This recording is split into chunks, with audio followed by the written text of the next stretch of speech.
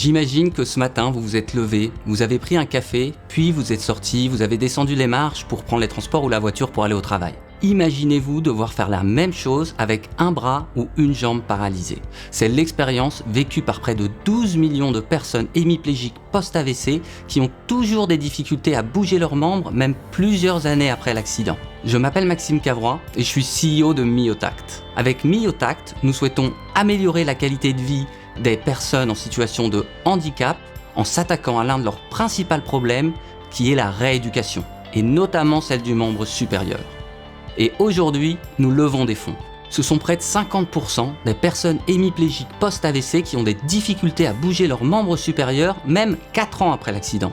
L'objectif premier est de marcher à nouveau. Les processus de rééducation se concentrent donc sur le membre inférieur. Si l'on ne s'occupe pas de la rééducation du membre supérieur les premiers jours, voire les premières semaines après l'accident, on n'a aucune chance de récupérer 100% de ses capacités motrices. Afin de proposer un dispositif médical permettant une rééducation précoce et autonome, nous avons développé le bracelet Myotact. Avec ce bracelet, nous pouvons capter l'activité musculaire du bras paralysé, même si elle est très faible.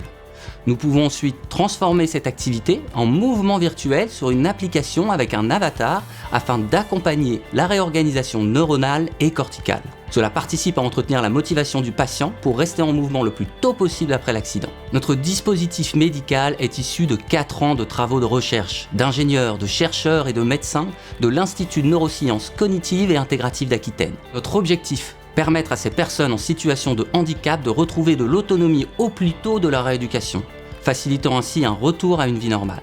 En plus d'un retour visuel classique, notre bracelet offre un retour haptique par vibration et c'est le premier dispositif exploitant un double biofeedback pour la rééducation active de la fonction motrice. Durant nos travaux de recherche, nous avons pu réaliser 2 études cliniques qui ont été publiées avec des résultats plus que prometteurs.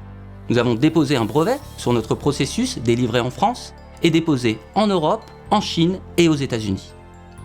Nous avons construit les derniers prototypes et initié des partenariats avec des centres privés et publics en France, en Espagne et aux États-Unis. À terme, nous sommes persuadés de pouvoir aider toutes les personnes qui ont des problématiques de motricité.